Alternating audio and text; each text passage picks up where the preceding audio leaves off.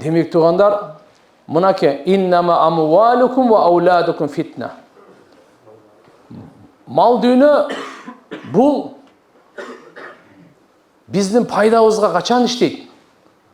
Kaçan bizden paydabızga, kaçan şu mal düğünü arkalı biz Allah'ın buyruklarını atkarsak. Şu mal düğünü arkalı Allah'ın razıçılığını izdesek. Mal düğünü жақшы терек деген. Mal düğünü жақшы терek. Kimge? Егерде жақшы иманды адамның қолында болса. Себеп ошо аркылуу акысын берет. Зекетин берет. Бейбечаралардын акысын берет. Ахиреттин курат. Ажылык умрасына барат, даватына чыгат. Адалдан таап, адалга сарптайт. Ошо жақшы терек. Экинчи жерде мал дүйнөнү Кур'анда хайыр деп да айткан, фитна деп да айткан. Мал дүйнө Сулайман пайгамбарда да бар эле. Мал дүйнө Карунда дагы бар эле. Карунду мал дүйнөсү башын жеди. Сулайманды мал дүйнөсү эмне кылды? Мынакей. Алла Тааланын разычын тапканга себепчи болду. Сулайман пайгамбарда Алла Таала мал дүйнө берген. Кандай мал дүйнө? Бүткүл дүйнөнүн байлыгын берген. Бүткүл дүйнөнүн бийлигин берген. Адамдарды эле башкарбайт эле, жиндерди кошо башкарат эле. Шамалды кошо башкарат эле. Кумурскалардын, үпүк сасык, канаттуулардын үнүнөн бери түшүнөт эле. Бардыгын жоктойт эле, ким бар, ким жок, баарына иш тапшырмаларды берет эле. А биз азыр балабызга тапшырма бере албай атабыз. Сулайман пайгамбар канаттууларга тапшырма берет эле. Шамалга тапшырма берет эле. Жиндерге тапшырма берет эле. Алла Тааладан сураган: "Я Алла, мага ушундай байлык, бийлик бер, мага чейин жана менен кийин бирөөнө берилбеген." Алла Таалам дуасын кабыл кылды. Боптур деп, пайгамбар да кылды. Мал дүйнөнү дагы берди мынандай. Эми Сулайман пайгамбар айтып атат: "Bir subhanallah, bir subhanallah. Сулайман пайгамбардын байлык бийлигинен артык турат" дейт.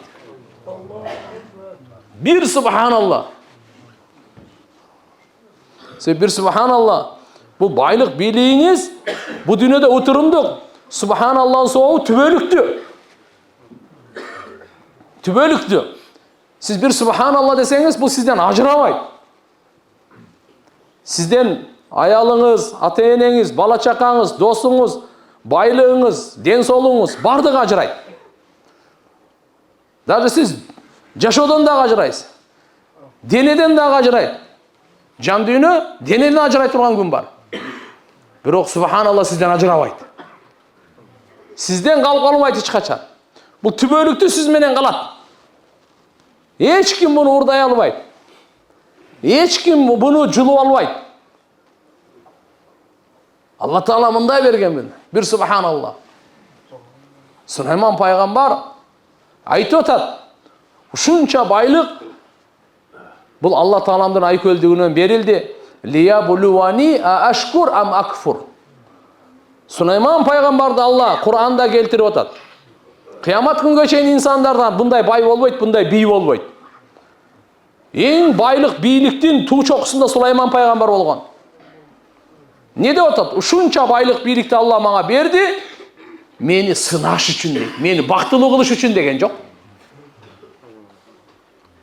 Мени бактылуу кылыш үчүн деген жок.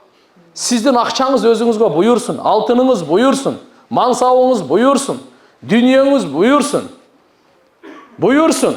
Бирок билип коюң, ошо сиздин бактыңыз үчүн эмес. Сизди сынаш үчүн Алла берип атат. Сулайман пайгамбар айтат, ушунча байлыкты айтып атат. Эмне үчүн? Лиябулуани. Алла мени сынаш үчүн бериптир буну. Сыноо эмнеде болот экен? Ашкур ам акфур. Мен Аллага шүгүр кыламынбы, же шүгүрсүз боломбу? Ушу да сыноо болду. Шүгүрдүн мааниси эмне? Шүгүрдүн мааниси туугандар, тил менен айткан шүгүр болот. Алхамдулилlah, Аллага шүгүр деп коебуз го. Бир дененин шүгүрү болот. Дененин шүгүрү Алланын өкүмүнө денебиз каршы чыкпасын. Колубуз, путубуз, тилибиз, көзүбүз, кулагыбыз, алкымыбыз Алланын буйруктарына каршы чыкпасын, ушул дененин шүгүрү. Үчүнчүсү жүрөктүн шүгүрү бар. Тилдин шүгүрү бөлөк, дененин шүгүрү бөлөк, жүрөктүн шүгүрү бөлөк. Жүрөктүн шүгүрү шүгүрдүн акыйкаты. Ал кандай десе, жүрөктөн тан алыңыз. Ушул неmatка мен лайыктуу эмес элем. Алла мени лайыктуу кылып койду десеңиз, ушул жүрөктүн шүгүрү. Мен ушул сыйга, мен ушул урматка, мен ушунча ырыскыга, мен ушунча мансапка, ушунча перзенттерге Алла Таалам канча сизге нерсени тартууласа, мен лайыктуу эмесмин дең. Мен буга лайыктуу эмесмин. Алла өзүнүн айкөлдүүлүгү менен, райымы менен мага берип, мени лайыктуу кылып койду деп ушундан жүрөктөн тан алсаңыз, моюндасаңыз, ушул жүрөктүн шүгүрү. Ушул шүгүрдүн акыйкаты. Ошон үчүн мен жашоганга лайыктуумун. Жо. Жашоону Алла берет сизге. Биз эч нерсеге лайыктуу эмеспиз. Эч бир нерсенин ээси эмеспиз.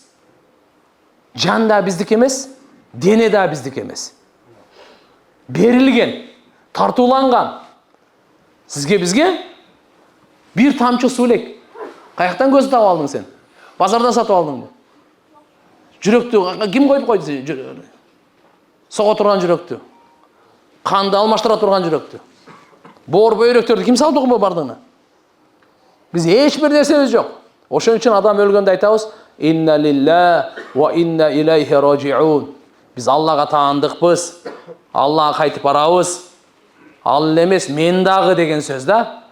Мен да өзүмдүк өзүм мен эмесмин. Өзүмдүк эч нерсем жок. Жан дагы Алланыкы. Кимдики? Жан Алланыкы. Дене Алланыкы. Алла берди, Алла жаратты буну. Аллаху халику кулли шей. Биздин бир кирпик өзүбүздүк эмес.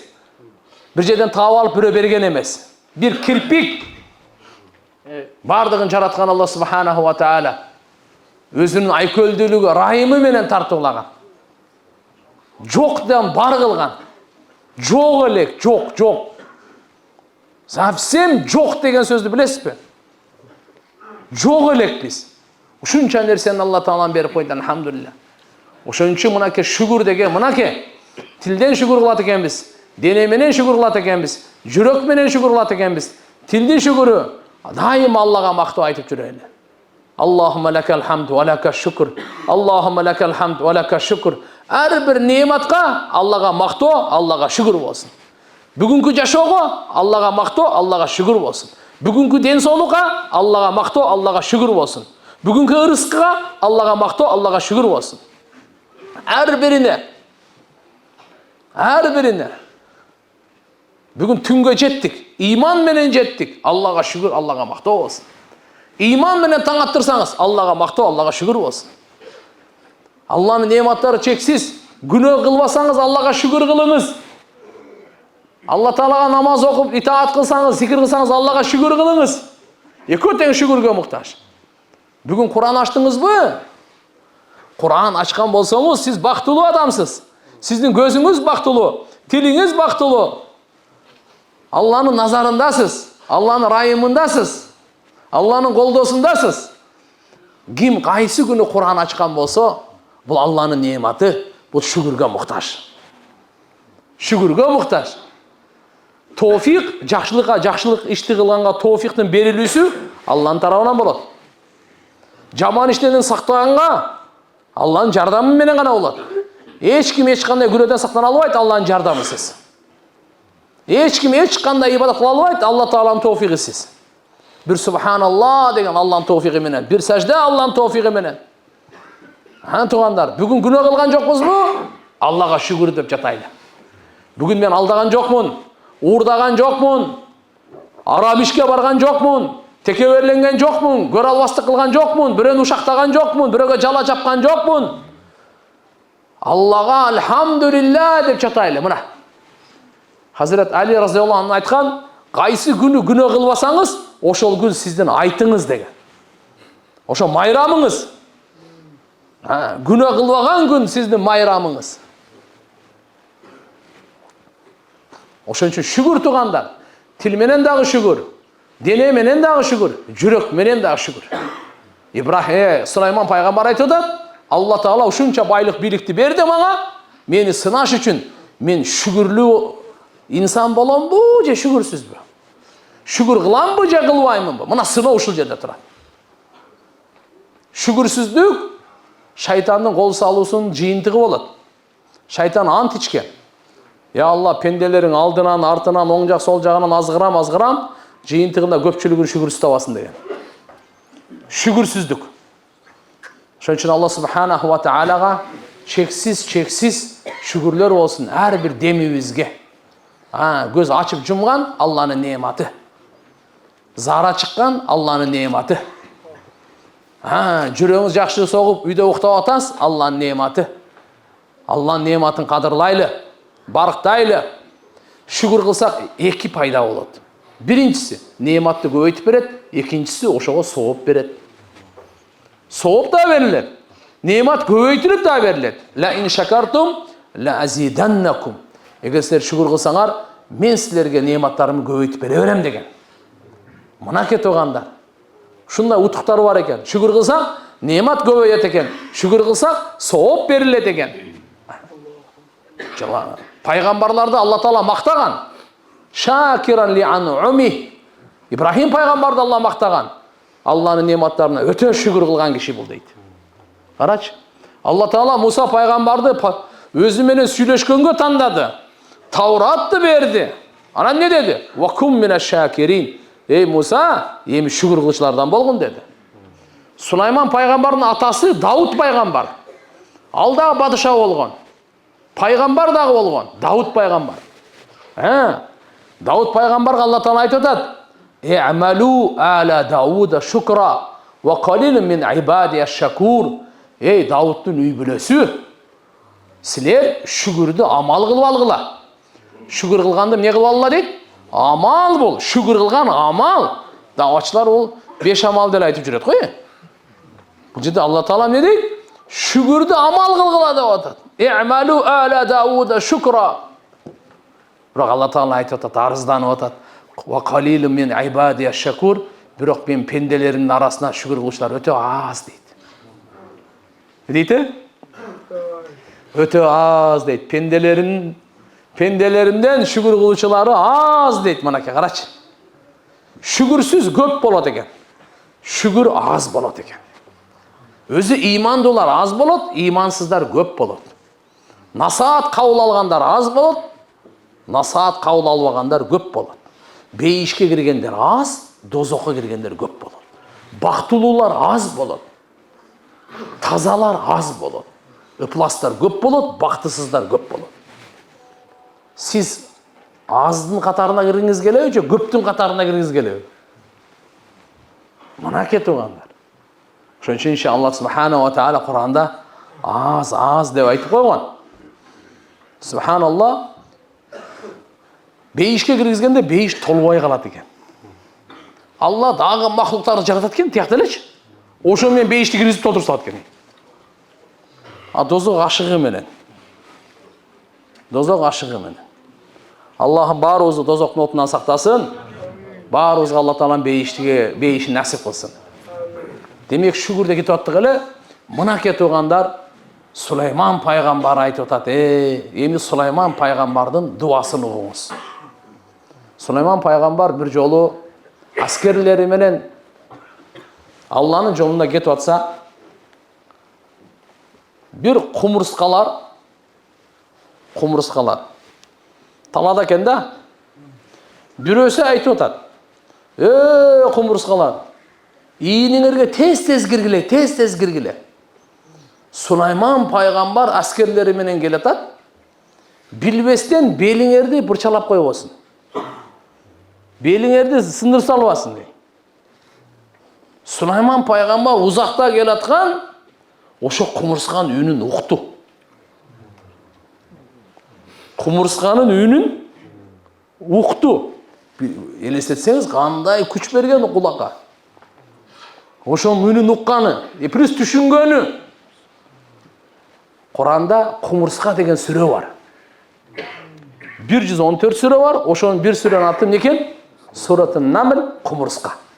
Ошол сүрөдө құмырсқанын окуясы айтылгандыктан ушу сүрөнүн атын да құмырсқа деп койгон. Сулайман пайгамбар құмырсқанын үнүн угуп, фатабассама дахикан мин қаулиха ва қал Rabbi awzi'ni an ashkura ni'mataka allati an'amta alayya wa ala walidayya wa an a'mala salihan tardahu wa adkhilni bi rahmatika fi ibadika salihin. Mına duanı okudu. Құмырсқаны көрүп, құмырсқанын сүйлөгөндөн Сулайман пайгамбар күлүп берди. Не кылып берди? Кара, мына құмырсқа. Өзүн ойлобостон барды коомун ойлоп атат. Гиреле гир деп құмырсқаларга кыйкырып атканын угуп алды да. Болсо өзүн эле ойлогон жок. Ушу өзүнүн коомун, элин ойлогон үчүн Алла өзүнүн китеби Куранда айтып койду. Өзүн ойлогонду айтпайт эле. Жараткан Алла субханаху ва таала ушу башкаларды ойлогон үчүн.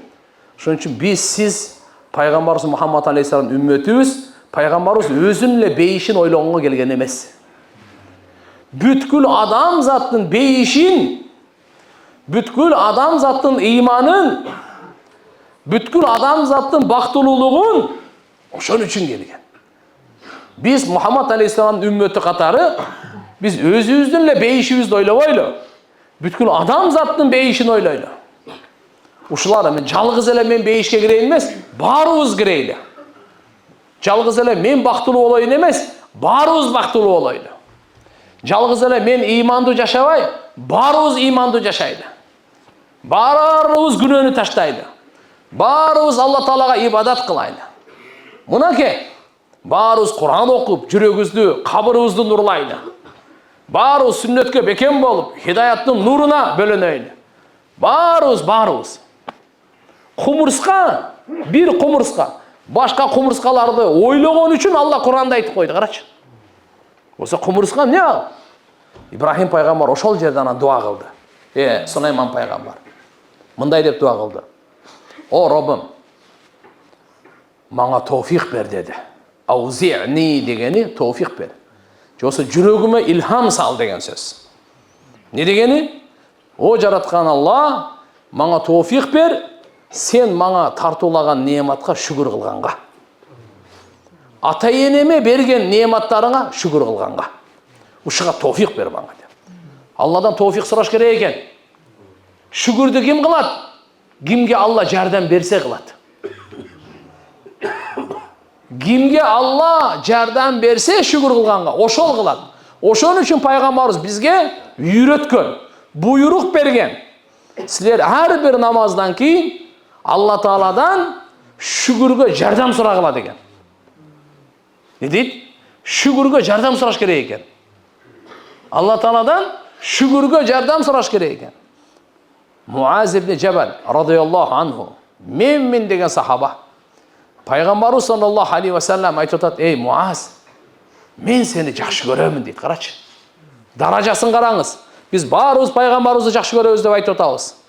Пайгамбарыбыз айтат: "Ey Muaz, мен сени жакшы көрөм" дейт. Элестетиңби? Muaz, мен сага бир насаат айтып коеюн. Ар бир намаздан кийин Аллахумма а'инни ала зикрик ва шукрик ва хусни ибадатик деген дуаны таштабагын эч качан деди. Таштабагын деди. Бұл мааниси кандай? Я Алла, мага жардам бер. Аллахумма а'инни, мага жардам бер. Ала зикрик, сени эстегенге. Ва шукрик, сага шүгүр кылганга. Ва хусни ибадатик, сага чырайлуу ибадат кылганга. Үч нерсеге жардам сурап атат. Үч нерсеге жардам сурашыбыз керек экен. Я Алла, өзүңдү эстегенге, мааниси кандай? Өзүңө баш ийгенге. Мага жардам бер. Экинчиси, я Алла, неаматтарыңа шүгүр кылганга, мага жардам бер. Үчүнчүсү, сага чырайлуу ибадат кылганга, эптеп септеп эмес. Чырайлуу ибадат кылганга мага жардам бер. Мен чырайлуу намаз окуйм, чырайлуу орозо кармайм, чырайлуу садака берейин, чырайлуу дуа кылайын, чырайлуу зикир кылайын, чырайлуу Кур'ан окуйм. Бардык ибадаттарды чырайлуу кылайын. Ошого мага жардам бер. Мынакей кандай деп атат? Я Алла, мага жардам бер. Алладан сурашыбыз керек экен. Ар бир намаздан кийин кыргызча эле сураңыз. Я Алла, мага жардам бер деп элечи. Жардам сурайлы, жардамга жараша товфик берилет. Ошон үчүн ким шүгүр кылат Аллага? Алла Таала кимге жардам берсе, ошончо шүгүр кылат. Ким Аллага баш ийет, канча Алла жардам берсе, ошончо баш ийет. Алланын жардамына жараша биз Аллага баш ийебиз. Алланын жардамына жараша Алланын нематына шүгүр кылабыз. Алланын жардамына жараша Аллага чырайлуу ибадат кылабыз. Ошон үчүн мына жерде Сулайман пайгамбардын дуасына көңүл буруңуз. Робби аузи'ни ан ашкура ни'матака аллати ан'амта алейя. О Роббум, мага товфик бер. Мага тартуулаган нематтарыңа шүгүр кылганга дейт. Мага көз бердиң, эми ушуга шүгүр кылганга товфик бер. Мага тил бердиң, ушуга шүгүр кылганга товфик бер. Мага кулак бердиң, мээ бердиң, ден соолук бердиң, акыл бердиң, иман бердиң, ислам бердиң, ата-эне бердиң, ырыскы бердиң, ыззат бердиң. Эми ушул нематтарыңа шүгүр кылганга мага товфик бер. Алла Тааладан товфик сурап атабыз. Бул өзүбүзгө биринчи. Экинчи, ата-энеме берген нематтарыңа шүгүр кылганга мага товфик бер. Ан ашкура ни'матака аллати ан'амта алейя ва аля валидайя. Ата-энеме дагы, я Алла, мынакей немат бердиң, ошого шүгүр кылганга товфик бер. Андан кийин жакшы амал кылганга. Ва а'мала салихан. Кандай амал кылганга? Күн сайын жакшы ишти кылганды сурашыбыз керек. Күн сайын жакшы сөздү сүйлөгөндү Алладан сурашыбыз керек.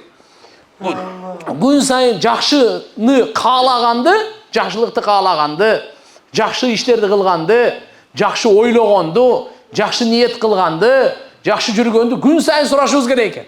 Анан Алла Таалам жакшылыктардын эшигин ачат экен. Түндөсү да сурайлы, күндүсү да сурайлы. Алла Тааладан сурайлы, Алла берүүчү өзү. Жакшылыктын эшигин ачуучу өзү. Жакшылыктын баары Алланын колунда. Алланын казынасында кеми жок жакшылыктын. Пайгамбарыбыз айткан, жакшылык өтө көп, бирок кылуучусу аз деген. Жакшылык кандай экен? Өтө көп, бирок кылуучусу аз деген.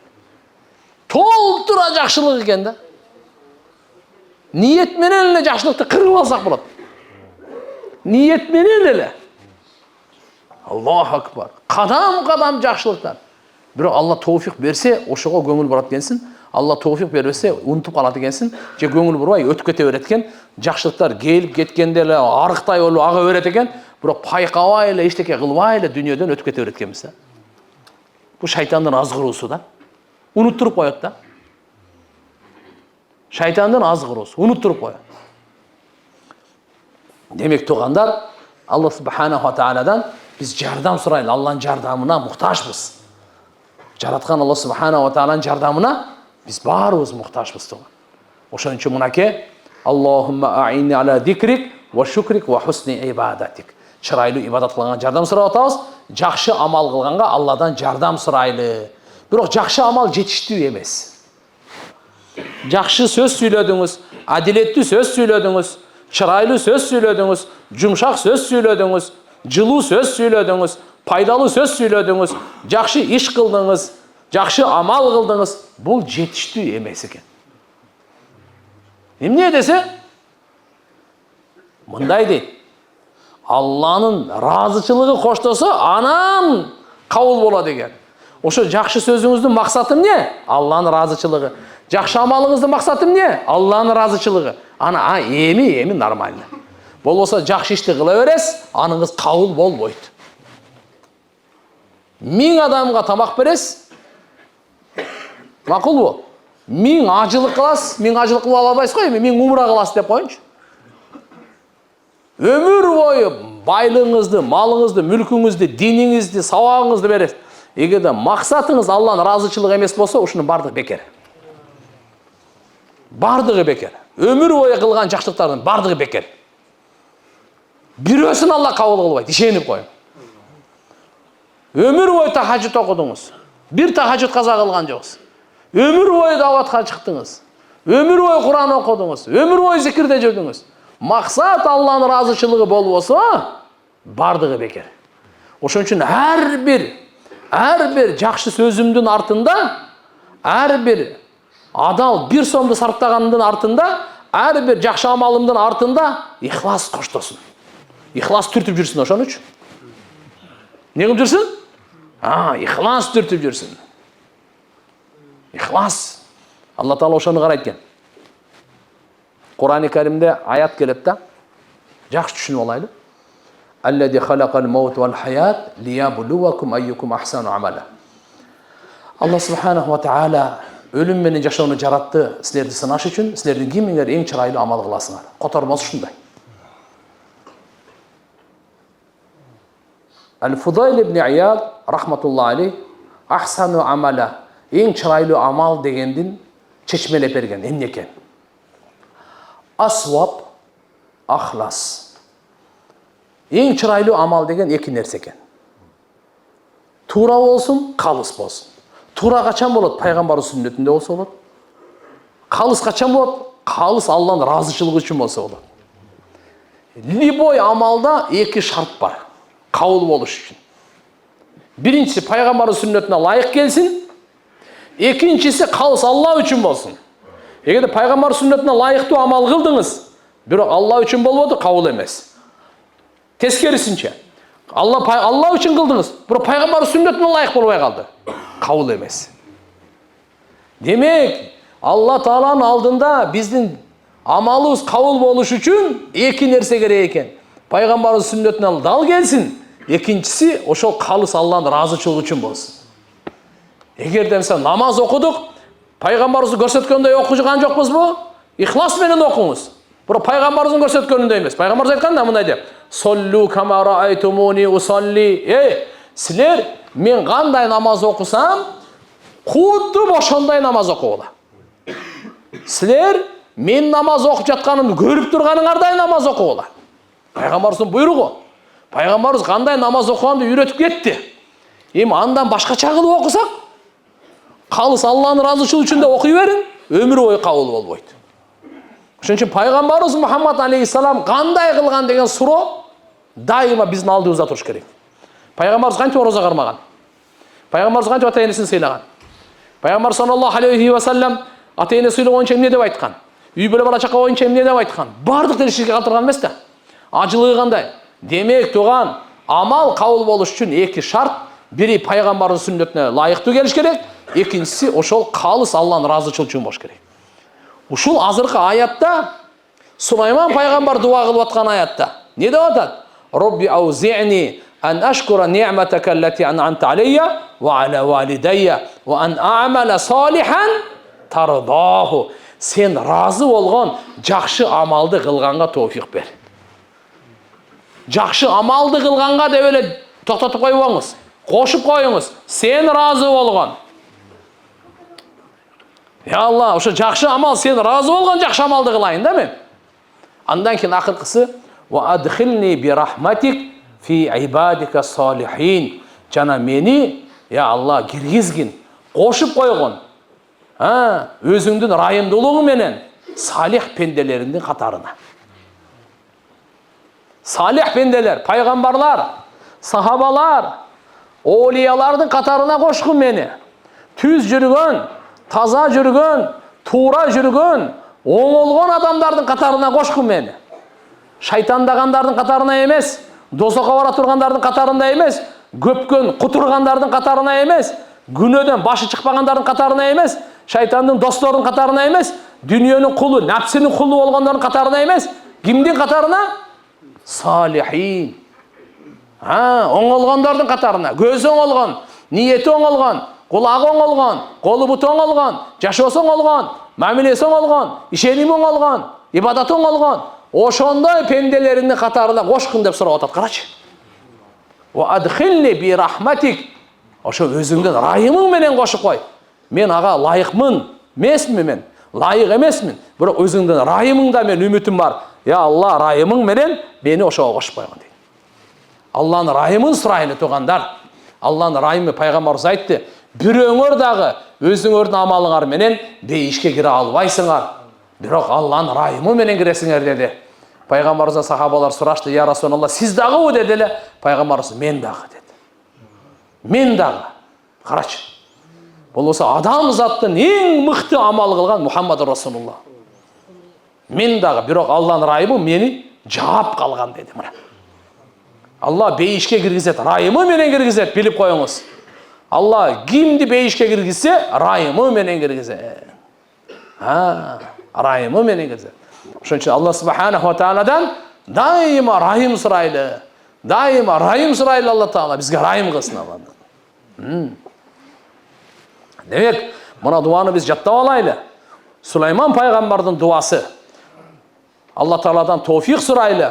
Тартылаған нематтарына шүгір қылғанға, маңа тартылаған нематтар, ата-енеме тартылаған нематтарға, я шүгір қылғанға, жана Алла өзің сен разы болған амал, жақшы амалды қылғанға, Алла Тааладан тауфиқ сұрайлы.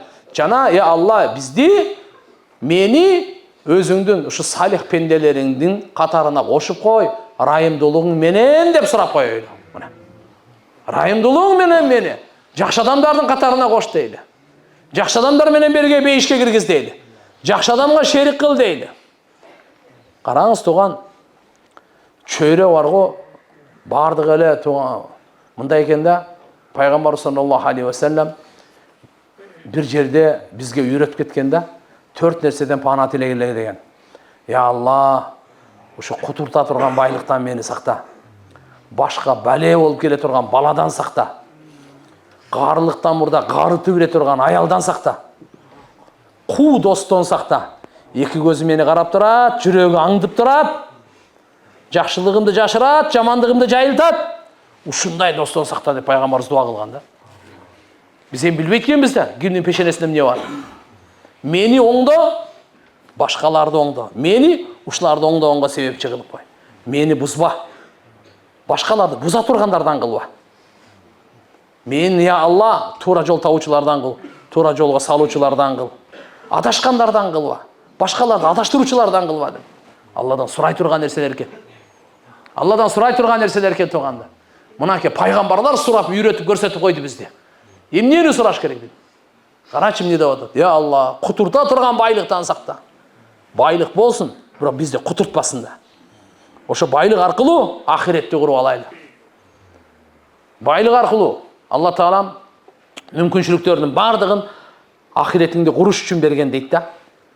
Мына ке Сулайман пайғамбар жөнінде айтып бердім. Еми ошондой бай Қарун деген бір бай өтті. Муса пайғамбардың қауымынан болады. Сулайман пайғамбардан мұрда болған. Аға Алла Таалам ушунчалық көп байлық берген. Анын байлығын Құран баяндап береді да. Қарундың байлықтарын, қазыналарын, ачқыштарын, төөлөрдүн керуендери ташыйт эле дейт. Ушунчалык байлыкты берген экен. Аңгар, қазына, скалаттар, ичинде канча алтын, күмүш, жауһар. Ошолордун ачкычтарын бир төө эмес, төөлөрдүн керуендери ташыйт эле дейт. Ошонча байлыгы менен бактысыз болду. Құранда Алла Таалам келтирген. Қарун адамдардын алдына чыкканда, адамдар, "О, кандай бул чоң бакыттылуу адам" деп шилекейлери куйлат эле. Кийин не болду? Эң бактысыз адам ошол болду. Муса пайгамбар дават берди. Алла Таала берген малдан бейбечараларга бер деп. Алланын буйругу зекетиңди бер деп. Ал не деди? Кыйынсынды. Байлыгы кутурткан эле да. Мен өзім таптым деді. Азырда ошондойлор жок эмес. Мен өзім таптым. Бұл байлықты Құдай берді деп айтып атасың да, Мен аракет кылып, мен менет кылып таптым дейт. Бирок ошол келесі ойлонгон жок. Ошол нары бери жүгүргөн путту ким берди? Акча санаган колду ким берди? Ушу сүйлөп аткан, нары бери көзү мээс иштеп аткан ошолор мени ким берди? Ошон жактакка түшүнсө эле нормальный болмок. Сен байлығың тияқта тұрсаң, сен өзің жоқ елең. Ошонун бардығын Алла беріп атпайбы саңа? Құранда Алла Таала бір жерде дағы өзіңдің байлығыңнан бер деген жері жоқ. Мимма разақнакум. Біз бергенден бер деп атат. Сен ештекесі жоқ келгенсің бұл дүйнөгө. Ештекесі жоқ кетесің бұл дүйнөдө. Bir алым айтқан екен, бұл дүйнө қызық дүйнө. Еш нәрсесі жоқ келишет, Әр бір несесін талашышат дағы, бардығын таштап кетіп қалашат дейді. Ушундай қызық дүние екен да бұл. Еш нәрсесі жоқ келішет. Әр бір нәрсесін талашышат да, әр бір нәрсесін талашышат. Анан учуру келді, бардық нәрсені таштап, ештекесі жоқ, ештеке албай кетіп қалышат. Мына ушундай дүние таң қалышты дейді. Карунға Алла Таалам айтып атат. Муса пайғамбар қысқасы өкімді жеткіргенде Карунға жақпай қалды. Азырғы байларға да қанша-мыншаларын зекетіңерді беріп қойып алады, жақпай қалады да. Как будто зекетті маңа бер деп отқандайчы. Бейбечараларға бере. Муса пайғамбарға ол Карундың зекеті керегі жоқ эле. Ошо бейбечараларға Алланың өкімі беріп қой, Алла бергенден бөлішіп қой. Жақпай қалды дағы. Сразу неге өтті? Қараңыз. Заказға өтті. Чөтө ошо Муса маңа ушундай қопол сөздер сөйлеп атат, бұны ордына қойып алсам болбойт деп. Bir аялды жалдады. Крупный сумма ақшаға жалдады дағы. Айтты, ақшаның күчін қараңыз. Жала жабасын деді. Мақұл деді, қара. Ақшаның күчі менен. Тиги Муса пайғамбар ушундай адамдардың арасында Алланың өкімдерін жеткіріп, насаат баянын қылып отырса, bir аял тұрып сұрау берді. Ей Муса деді, диніңізде зынаның өкімі қандай деді эле? Муса пайғамбар ташбаран деді. Андай болса, сіз менен ошондай жаман иш кылгансыз деп айтты да. Айта алды. Жаланың күчін қараңыз. Ақчаның күчін қараңыз, заказның күчін қараңыз. Азырда ушундайлар заказ бергендер жоқ емес. Ана ушу айта алды. Айта алғанда Муса пайғамбар, ой, не деп былжырап атат бұл. Пайғамбар зына кылбайт, зына кылган пайғамбар болбойт. Муса пайғамбар ошол жерде туруп эле сүрлүү, кардуу пайғамбар эле да өз дагычы. Ей, сени ким даярдады деп айтканда эле аял зат баягы жумшак экен да. Коркуп кетип эле, чочуп кетип эле. Карун деп берди да. Айтып берди. Заказчикти айтып койду. Ой. Ошол жерде Муса пайғамбар жерге саждага жыгылды. Ушундай абирсиз иштен сактап калганың Аллага саңа шүгүр. Алла сен сактап алсаң эч ким сактай албайт эле. Аллага шүгүр кылып сажда кылды. Алла айтты: "Ей Муса, жер саңа баш ийет, каалагандай буйрук берди." Жерде Мусага баш ийдиртип койду. Муса алейхиссалам жерге буйрук берди. Жер деди, Карунду жут деди. Не деди? Жерге буйрук берип атат. Жер Карунду жут деди. Ким Аллага баш ийсе, махлук ага баш ийет. Жер жутканда, ашыкка чейин жутканда, Карун сезип сезбей турду. Тыйгалам кеттим окшойт деп сөйлөт да. Жут тизесине чейин, көкүрөгүнө чейин жуткуруп салды. Ыйлап, бакырып, өкүрүп, жалдырап. Муса пайгамбар карына келип калган. Жут до конца жуткуруп салды жерге. Жер жутуп кетти. Кийин элдерден баягы сөз качпайт экен да. Элдин оозунда элек жок экен да. Муса ушу Карундун байлыгын алыш үчүн ушундай кылды деди да, кара. Астагфируллах. Пайгамбарга байлыгын кызыктырабы? Буну элген да. Айтты ушуну. 3 күндөн кийин Бухари шариптин риваятында 3 күндөн кийин Карунду кайерге жуткурса, байлыгын ошол жерге тарттырды дагы до конца бардыгын. Ошол жерге жуткуруп салды. Байлыгын кошо жуткуруп салды. Сиз биз болгондо, бөлүшөйлү. Буну жуткуруп, будан эмне күнөө? Карунга эми жерге кирсин. Буну бөлүшүп жашоо нормалдуу кылбайлыбы депчи. Пайгамбардын жүрөгүнө байлык менен жашоо курулат деген ишеним болбойт. Амал менен жашоо курулат. Байлык бузуп коюшу мүмкүн, бирок курушу билбей. Кургандан бузганы көбүрөөк. Мейли кеп келе берет. Жуткуруп салды. Эми Муса пайгамбар менен биздин пайгамбарыбыз Мухаммад алейхиссаламдын ортосу где-то 4000 жылдан ашык.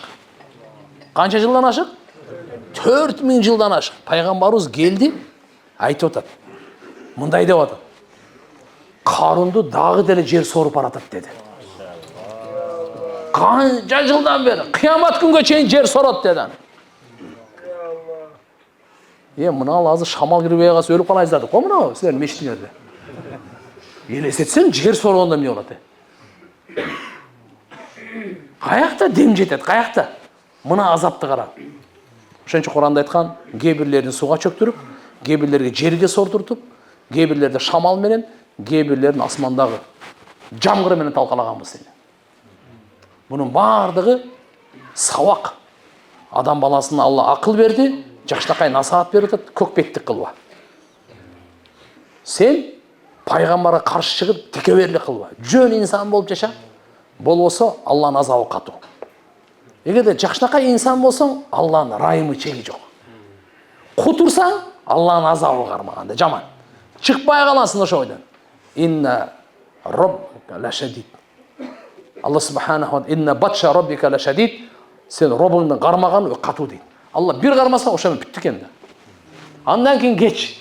Кечирип коюп, мен мындай болуп калдым. Ага чейин мүмкүнчүлүктөр берилген. Фираунга канча мүмкүнчүлүк берилди? 9 жолу мүмкүнчүлүк берди. 9 жолу дагы кайты берди да, иман келтирбей койду. Сен сыйкырчы деп. Ага чейин турган. Акырындан ал совсем Алла Таала сразу эле азапка кармабайт экен. Боору керек экен да. Мүмкүнчүлүк берет экен. 9 жол мүмкүнчүлүк ким берди? Мекке Курайштерге Алла Таала канча мүмкүнчүлүк берди? Пайгамбарыбыз канча мужизасын көрдү? Даже ушуга чейин айтты, жерде эч нерсе калбай, ана асманда ай бар го, ошону бөлүп көрсөсөң биз сага ишенебиз деди.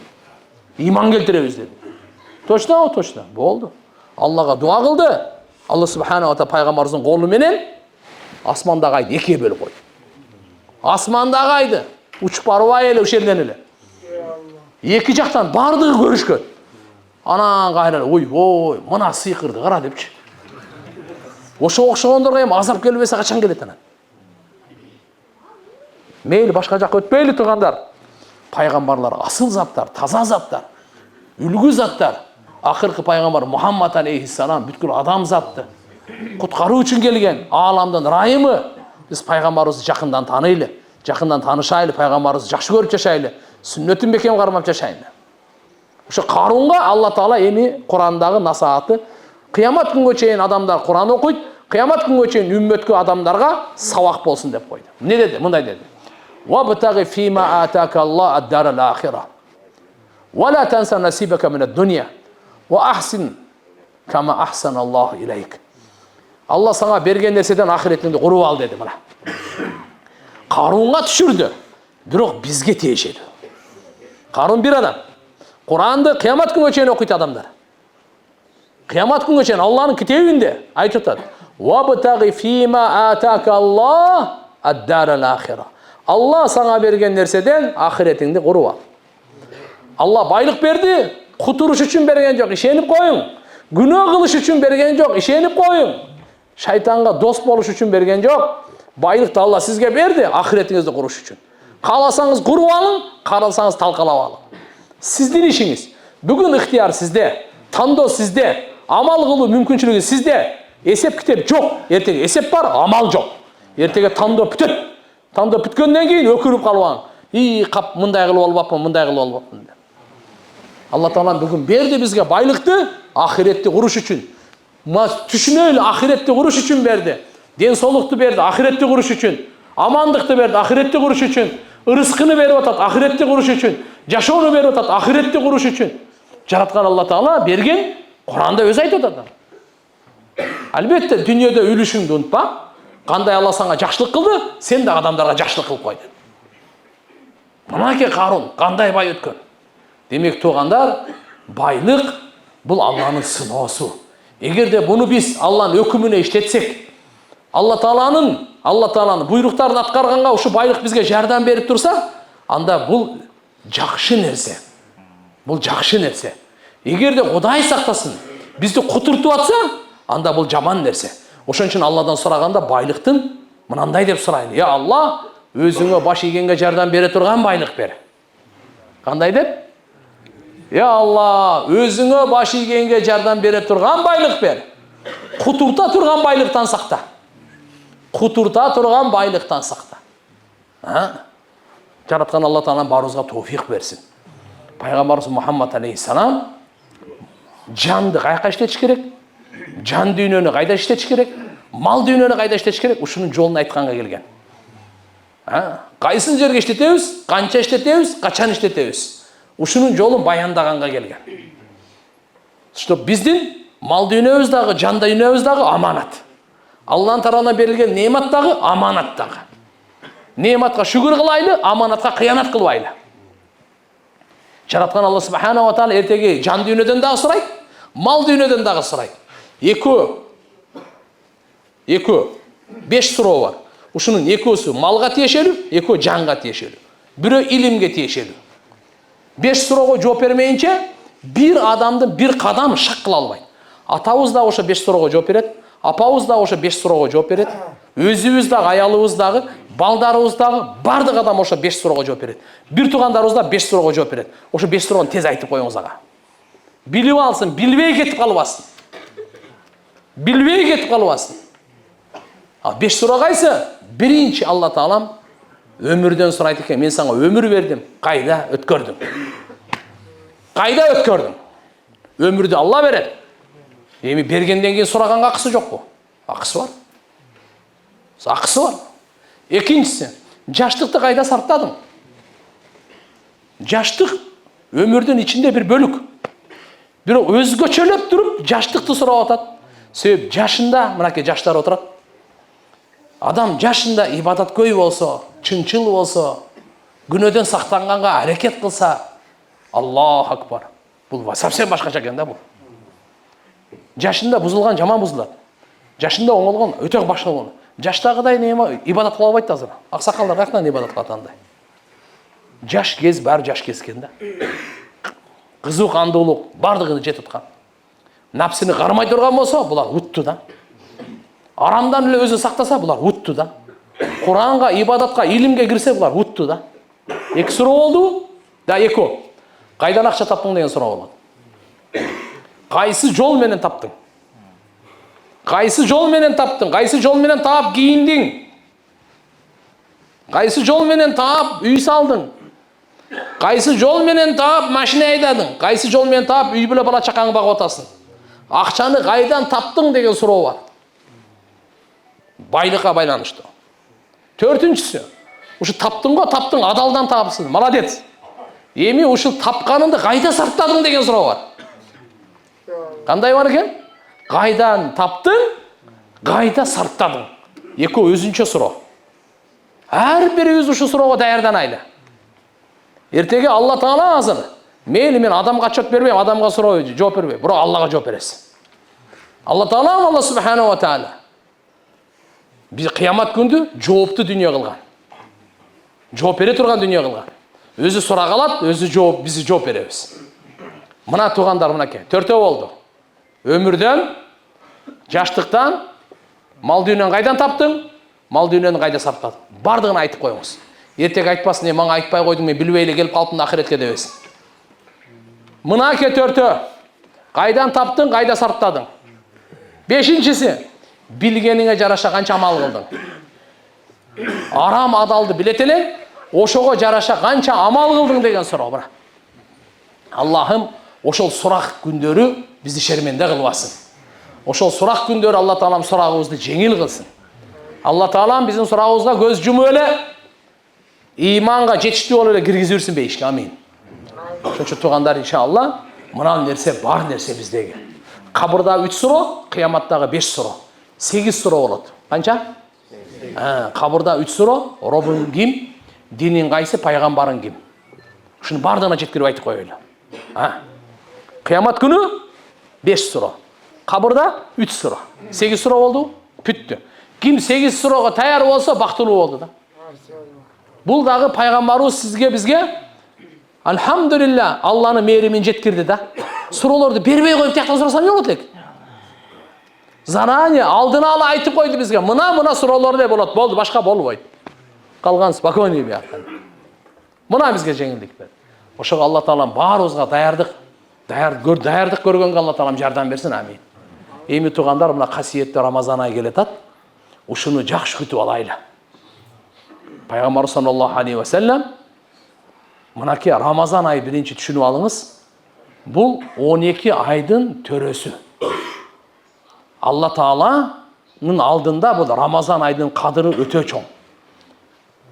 Рамазан айдың қасиеті, бұны Рамазан айды Алланың айы деп қояды. Себеп Алла Тағала Рамазан айда барды кітептерін жүрген. Асмандан жүрген кітептерін Рамазан айда жүрген. Таурат, Забур, Инжил, Құран Рамазан айда жүрген. Пайғамбарымыз Мұхаммад алейхиссаламға пайғамбаршылық Рамазан айда берілген. Қадыр кешесінде, нұр тосын үстінде, Хира үңгірдің ішінде Жабраил періште алып келіп, пайғамбарымыз Мұхаммад алейхиссаламға Құрандың алғашқы Алақ сүресінің 5 аятын Рамазан айда алып келген. Мына. Рамазан айдың ұшындай қасиеті пайғамбарымыз Мединаға келгенде 2-ші хижриде Рамазан айдан алдың қазіргі айды Шабан деп қояды. Шабан айдың ең ақырғы күні айтқан. Үстіңөрге көлөкөлөп келатат, ең ұлы ай, берекелі ай. Ушыл айдың ішінде бір түн бар, 1000 айдан артығырақ ибадаты деген. Ушыл айдың орозосын Алла фарыз қылды деген. Түнкі ибадатын татауа, сүннет қылды деген. Ушыл айда кім бір нәфіл ибадат қылса, фарызға тең болады деген. Кім фарыз ибадат қылса, башқа айларған 70 фарызын соғы болады деген. Бұл ай сабырдылықтың айы деген. Сабырдылыққа беріле тұрған соғып, ал бейіш деген. Бұл ай қамқордықтың айы деген. Борыкерліктің айы деген. Кім ороза тұтқан болса, ороза аштырса 3 белек беріледі деген. Оз аштырғандарға 3 белек. Күнөсі кешіріледі. Дозоқтан құтылады. Ороза тұтқан адам қанша соғып тапса, ошынша соғып табады деді. Оз аштырып қалғыла деді. Сахабалар айтты: "Я Расулалла, біздің әрбірімізде анша күш жоқ оз аштырғанға." Ал уақытта жоқшылық әле. Пайғамбарымыз айтты: "Bir тамчы суға Алла Тағала ушуну береді" деді. Bir тамчы сумен аштырсаңыз, bir құрмамен аштырсаңыз, bir ұртам сүтмен аштырсаңыз, ушу сауаптарды береді деді. Ушу сауаптарды береді деді.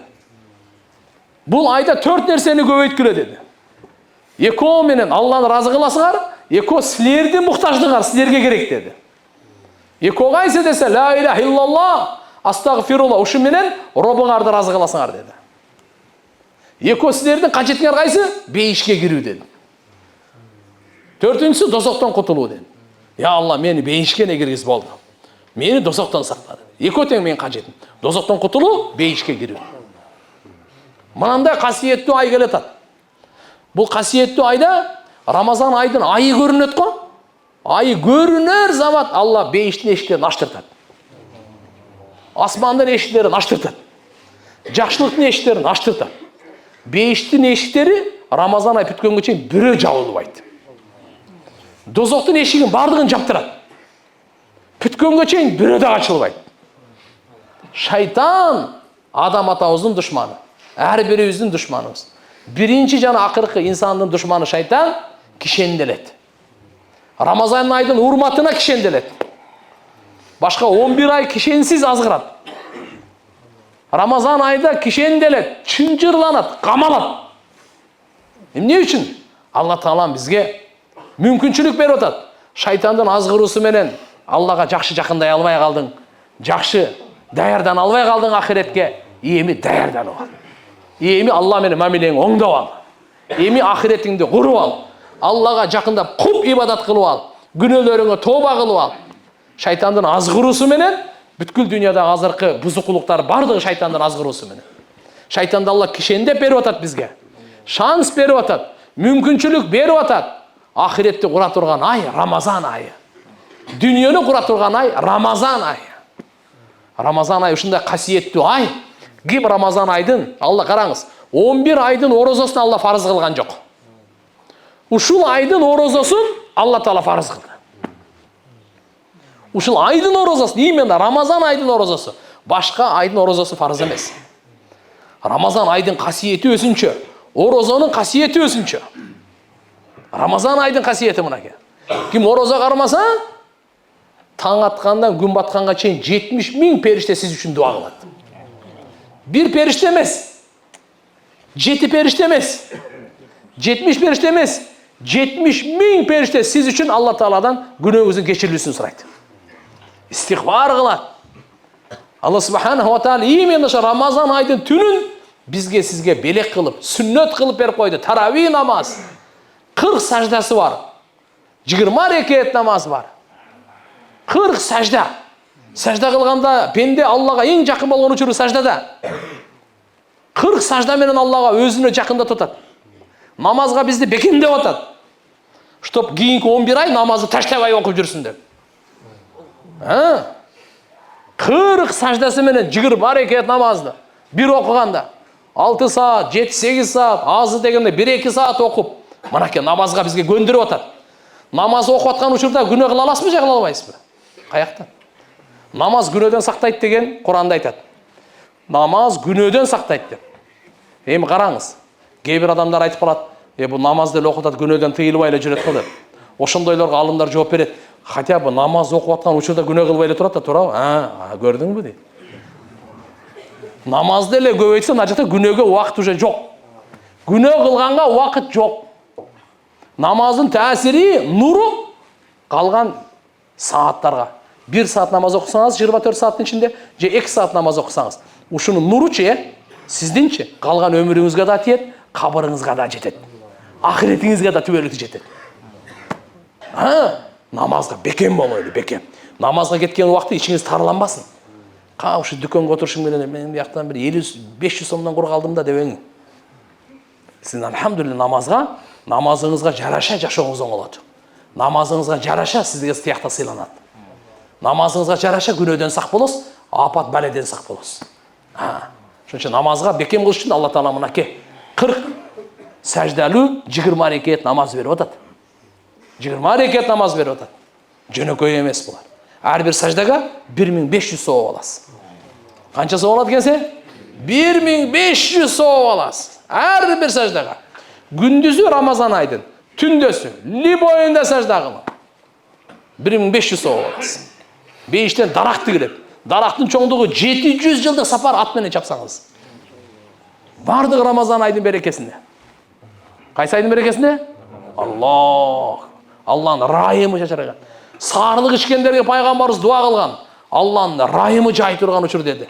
Саарлык пайгамбарыбыз айтты, берекелүү тамак деди. Кыямат күнү ушу саарлыкка жооп бербесин, иче бере кана. Порция кылып иче бер. Главный кыйналбай тургандай. Ана ки мына Рамазан айты, караңчы.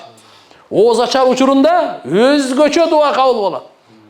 Багымдатты каза кылып албайлы, тахажжудду окуп алайлы, тахажжудка бекем болайлы. Күндүзү мейли уктайлы. Бирок багымдат каза болбосун. Ушу уктаганыңыз барбы? Ибадат. Орозо туткан кишинин уйкусу ибадат. Туруп жүргөнүм эмне дейсиң? Эми сиз айтыңыз аны. Орозо туткан киши кичине чаңка баш ооруп калды да, унчукпай жүргөнү субханалла тасбихин соо бериле берет. Орозо туткан киши унчукпай жүрсө эмнени соо берилет? Тасбих, субханалланы соо берилет. Эгерде субханалла десечи, Аллах. Рамазан айдын урматына Алла Таала нафилдерди фарызга жеткирет. Болбосо башка айларда нафилдер, сүннөттөр фарызга жетпейт. Багымдат намазда 2 рекет сүннөт окулат, 2 рекет фарыз окулат. Сиз 1 миллион жолу багымдаттын сүннөтүн окуңуз, багымдаттын 2 рекет фарызын соңуна жетпейт. Бирок Рамазан айда жетет. Аллаху акбар. Нафилдерди окуйлу, тахажжуд 12 рекет окуйлу. Ана. Ишрак 4 рекет. Зуха 8 рекет. Авабин, тасбих, ана, зикирди. Фарыздын деңгээлинде сооптор берилет. Умра сүннөт. Ажылык фарыз. Сиз миллион жолу умра кылыңыз, ажылыктын соогуна жетпейт. Бирок Рамазан айда ким умра кылса, ажылыктын соогуна жетет.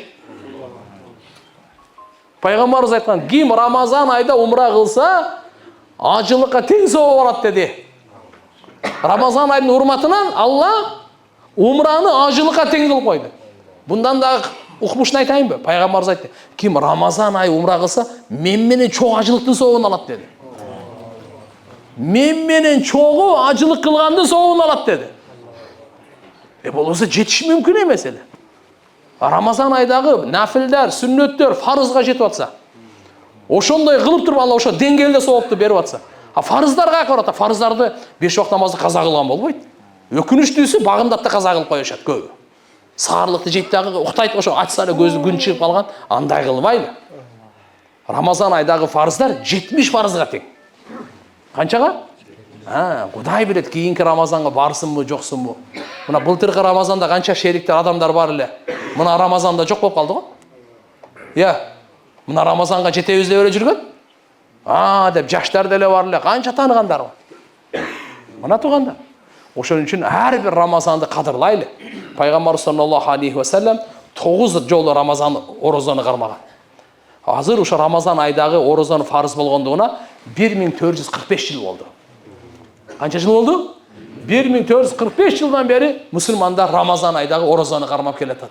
Таравини окутуп, бул ушу туганчылык мамилени бекемдей турган ай. Дагы бир жолу айтам, угуп алыңыз. Бул ай туганчылык мамилени бекемдей турган ай. Тугандар менен дос болойлу. Алардан кетсе дагы сизден кетпесин. Сиз теңелбеңиз, өчөшпөңүз, кек сактабаңыз. Токтотуңуз ушунун бардыгын. Рамазан айда Алла Таала ушунча сыйлык берип атабы сизге, сиз да сыйлап коюңуз. Чайга чакырың, кечиришип коюң. Унутуңуз баягы мурдагы шайтан байланып турганда иштин баарын кылып алың. Не кылып алың? Шайтан байланып турганда иштин баарын кылып алыш керек те. Рамазандан кийин дагы проблема башталат да кайра. Ошон үчүн мына иштеп алыш керек. Рамазан ай сооптун айы. Сезон бар го, ар бир айдын сезону бар. Билбейм, мына ар кимдин өзүнүн сезону. Алмаз ажылардын сезону август беле. Дордойдун сезону ошондой да. Ар бир сезону бар да. Кыскасы айтканда, Рамазан ай сооптун сезону да. Пайгамбар саллаллаху алейхи ва саллям Рамазан айда Алланын жолуна чыгат эле. Пайгамбарыбыздын Рамазан айы кандай эле? Пайгамбарыбыздын Рамазан айы дават эле. Пайгамбарыбыздын Рамазан айы таалим эле. Пайгамбарыбыздын Рамазан айы зикир ибадат эле. Пайгамбарыбыздын Рамазан айы кызмат эле. 4 амал пайгамбарыбыздын Рамазан айында табылат. Дават, таалим, тааллум, зикир ибадат, кызмат. 4 тең пайгамбарыбыздын табылат. Алла Тааланын жолуна чыгат эле. Рамазан ай ачылыштын айы, жеңиштин айы, ийгиликтин айы. Рамазан айда Алла Таалам шайтанды байлап коюп, адамдар жүрөк жумшак болуп калат. Любой эле мешке кетсең келе берет. Жумага келбегендер таравиге келет да. Осы тарави ал сүннөт эле. 5 убак намазга келбегендер таравиге келет да. Мына 5 убак намазга эме бар. Эмне үчүн бу тарави ушунча келип калды намазга? Таң каласың. Кантип? Себеби шайтан байланганы көрүнүп турат да. Шайтанга байланганы көрүнүп турат. Ошон үчүн бул диндин мээнетинин айы. Адамдарды намазга кыла турган, адамдарды тообага алып келе турган, адамдарды Куранга жыга турган, адамдарды ынтымакка алып келе турган, адамдарды сабырдуулукка, зикир дуага алып келе турган кереметтүү айда. Рамазан айда үй бүлөгө ачылыңыз. Не кылыңыз? Дастарканды жайың үйгө. Ошо Рамазан айы экенин бала чакабыз билсин. Күн сайын дастаркан болсун. Кудай кааласа иншалла. Алла Таала ошо Рамазан айдын берекесинен 1 жылдык ырыскыңыздын маселесин чечет. Вообще ойлонбоңуз сиз. Рамазан айда дуа өзгөчө кабыл болот. Ооз ачар учурунда. Көбүнчө ооз ачарганда биз тамакты эле ойлоп калабыз. Токтотуң дагы 15 мүнөт калганда сөз, пөз, телефон өчүрүң дагы дуага келиң. Кайка келиңиз? Болду. Пенде менен сүйлөшпөң, Алла менен сүйлөшүң болду. Ким менен сүйлөшүң? Арыз муунду айтың. Ушу жыл не кылгыңыз келип атат? Айтың. Эндиги жыл не кылгыңыз келип атат? Айта бериң. Эндиги жыл барбысыз, жоксузбу? Кызыктырбайт, айта бериң. Сооптана бересиз бирок. Өлгөндөн кийин не кылайын деп атасыз өзү? Айтыңчы. Кара. Өлгөндөн кийин не кылып? План барбы мындай? Бизде план бар өзү. План болуш керек да. Биз азыр планды ушу өлгөнгө чейин эле түзүп алыппыз да. Негизгиси өлгөндөн кийин башталат план. Бу дүйнө чыпуга ким деген триллиард адам келип кетпеди. Тияга кандай болот? Мусулман ким? Өлгөндөн кийин тирилгенге ишенген адамды мусулман деп айтат. Өлгөндөн кийин тирилем деп жашайлы. Ушунун аты ыйман. Эгерде Аллага ишенип, өлгөндөн кийин тирилгенге кыямат күнгө ишенбесеңиз, мусулман болбой каласыз анда. Ошон үчүн биз мусулманбыз. Өлгөндөн кийин тирилгенге ишенген адамбыз. Эсеп китепке бара турган адамбыз. Таразага тартыла турган адамбыз. Амалдарыбыз таразага тартылат. Алланын алдында отчет бере турган, эсеп китеп бере турган, сурактарга жооп бере турган биз ишенгенбиз. Бейиш бар, дозок бар. Бейиш түбөлүктүү, дозок түбөлүктүү. Бейиште рахат түбөлүктүү, Dozokta korduktу bölüktü. Biz işengen adamız biz. Bizim imanımız buğa. Oşon üçün ölgönden keyinki programmalar tüzöylü. Ölgönden keyin planlardı tüzöylü. Ya Allah, men canımды alıp atkanda maňa rayım kıldı. Planda şu barбы жок bu? Ya Allah, maňa jakşı ölüm ber. Jakşı ölümdü sorap atabыз go. Jakşı ölümdü kişine koşup koyaylı. Jakşı ölümde jakşı bolat. İmandı ölüm ber. Peygamberimiz duasında var. Ölümden burada toba ber. Ölüm uçurunda rahat ber. Ölümden keyin mağfirat, rahmat ber degen. Qarang şimdi degen dua. Ölümden burada toba soraylı. Günödön geçirim sorap kalaylı. Ölüm kapısından gelir. Oşon üçün geçiktirbeň. Ha men 50'ge çıkkanda 60-70'ge çıkkanda toba kılam debey. Je Mekke'ge barganda toba kılam debey. Al barasın barбасın Kuday bilet al. Tanga kim jetet kim jetpeyt Allah Taala özü şeşet al. Oşon üçün ölümden burada toba soraylı. Ne soraylı? Ya Allah, ölümden burada toba ber. Ölüm uçurunda ne var? Rahat ber. Ölüm uçurunda kanday ber? Adamdın bardığının canı birdey çıga berбейт. Kanday ruh oşonday can çıgat.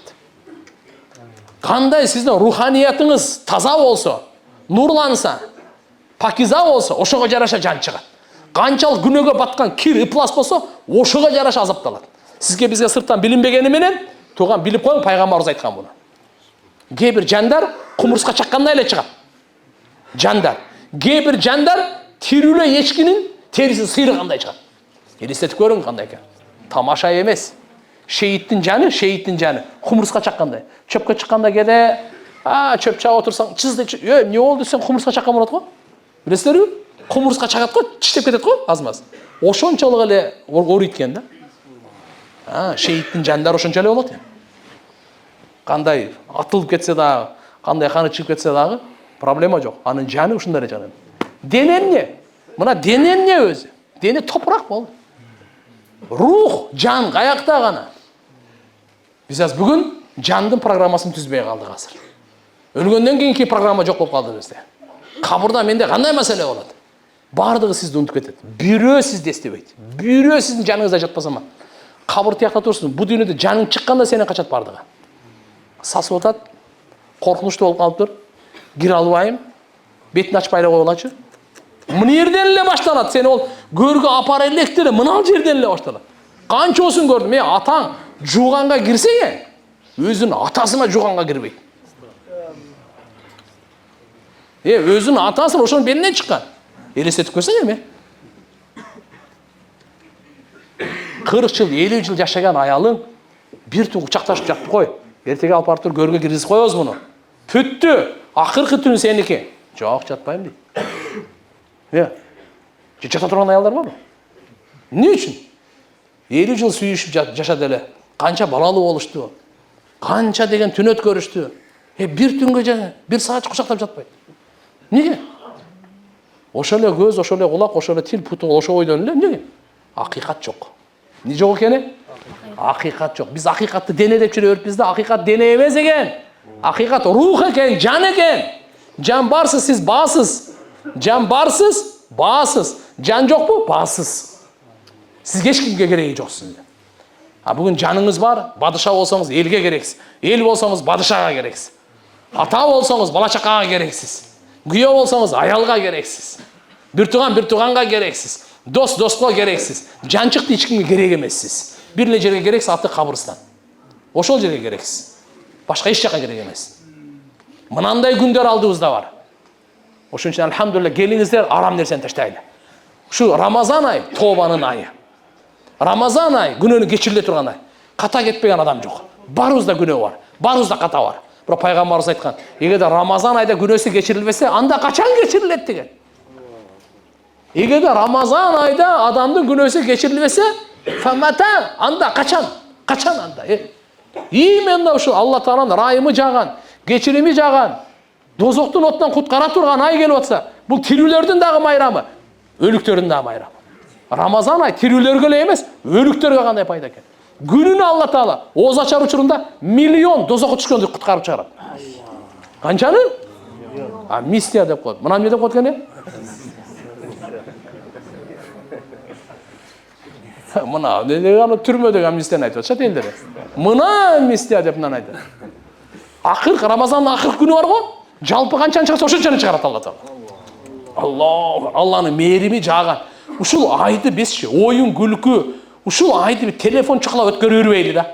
Ушул айды тоба менен кирели, Куран менен өткөрөйлү, ибадат менен өткөрөйлү, зикир менен өткөрөйлү, дават менен өткөрөйлү, бирибизге кызмат кылып өткөрөйлү, үй бүлө бала чакабызга кызмат кылып өткөрөйлү, кошуналарга кызмат кылып өткөрөйлү. 1 минут үчүн күрөшөйлү. Ушундай Рамазан өткөрөйлү, ушта арманда калбай турган. Менде ес бир Рамазан. Коркпай бара берем кыямат күнгө дейли. Ушундай айта турган болойлу. Ана келерчи телефонду күн сайын 3 саат, 4 сааттан бүтүп отура бербей. Керектүү нерсе бар бирок, альхамдулилlah. Мындай имамдар бар. Машалла мына жердеги дамыралардан келели, сабак алайлы. Ушу бир ай кичине өзү напсыңызды кармаңга. Дүйнөнүн кичине тарткын. Мен ишке барбай эле койбоң, барың, бирок азайтыңдар жак бер жакты жүргөндө. Жумуштар кичине азайтып туруң, өлүп кетпейт. Дүйнө тиричилик эчтеке кетпейт. Ана көрөк ахиретке куп азык даярдайлы. Кандай кылайлы? Ахиретке куп азык даярдайлы. Эртеге жалгыз кала турган күн бар экен, ошого куп даярданайлы. Я Алла, ошол жерде мен жалгыз калбай, амалым менде шерик болот. Амалыңыз шерик болот. Балаңыз калбайт сиздин жаныңызда. Аялыңыз сиз менен кошо көмүлбөйт. Эч кимге барбайт. Бир гана сиздин амалыңыз гана. Канча амалыңыз ошол гана, ихласыңыз ушул гана. Ошон үчүн иншалла аракет кылабызбы иншалла? Рамазан айда даватка чыгайлы. Машалла. Хотя бы алды аз дегенде 3 күнгө чыгып берем. Проблема жок. Көп кетпейт. Акыркы 10 күндө этикафка отурайлы. Рамазан айда алхамдулилlah бирибизди ифтарга чакырайлы. Ифтарга чакыра алсак проблема жок. Хотя бы ушу үйдөн суу алып келген жарасак керек эми. Бизде суу мына жерде, Озгурдогу арыктай эле агып атат го. Ошодон эле берип коюң, эчтеке болбойт. Ооз ачылып, бол сооп ала бересиз. Бир курма менен сооп ала бересиз. Ана пайгамбарыбыз айтып койду муну. Эч кандай кыйынчылыгы жок. Кудай кааласа, бирок ушул айды бирибизди кечирейли. Бирибизди кек сактап, жаман ой, жаман күмөн, мына нерсе, арам нерселерди токтотойлу. Арам ойду вообще токтотойлу. Арам сүйлөгөндү, жалган сүйлөгөндү. Хадистерде келет, ким жалган сүйлөсө, орозосу ачылып калат деген. Не дегени? Мына тарбия айы. Тилди 30 күн орозо карматайлы. Эмнеден? Жалган сүйлөгөндө. Мурдагы доордо билесизби? Орозо пайгамбарыбыздан эле башталган жок, адам атадан башталган. Орозо ибадаты бардык пайгамбарлар кармаган. Эми караңыз, мурдагы бизге чейинки үммөттөрдүн орозосу кандай эле? Алар сүйлөсө орозосу ачылып калат экен. Чын сүйлөсө ачылып калат экен. Алла бизге берди, кээде адашып жалган сүйлөп алсак ам ачылбайт.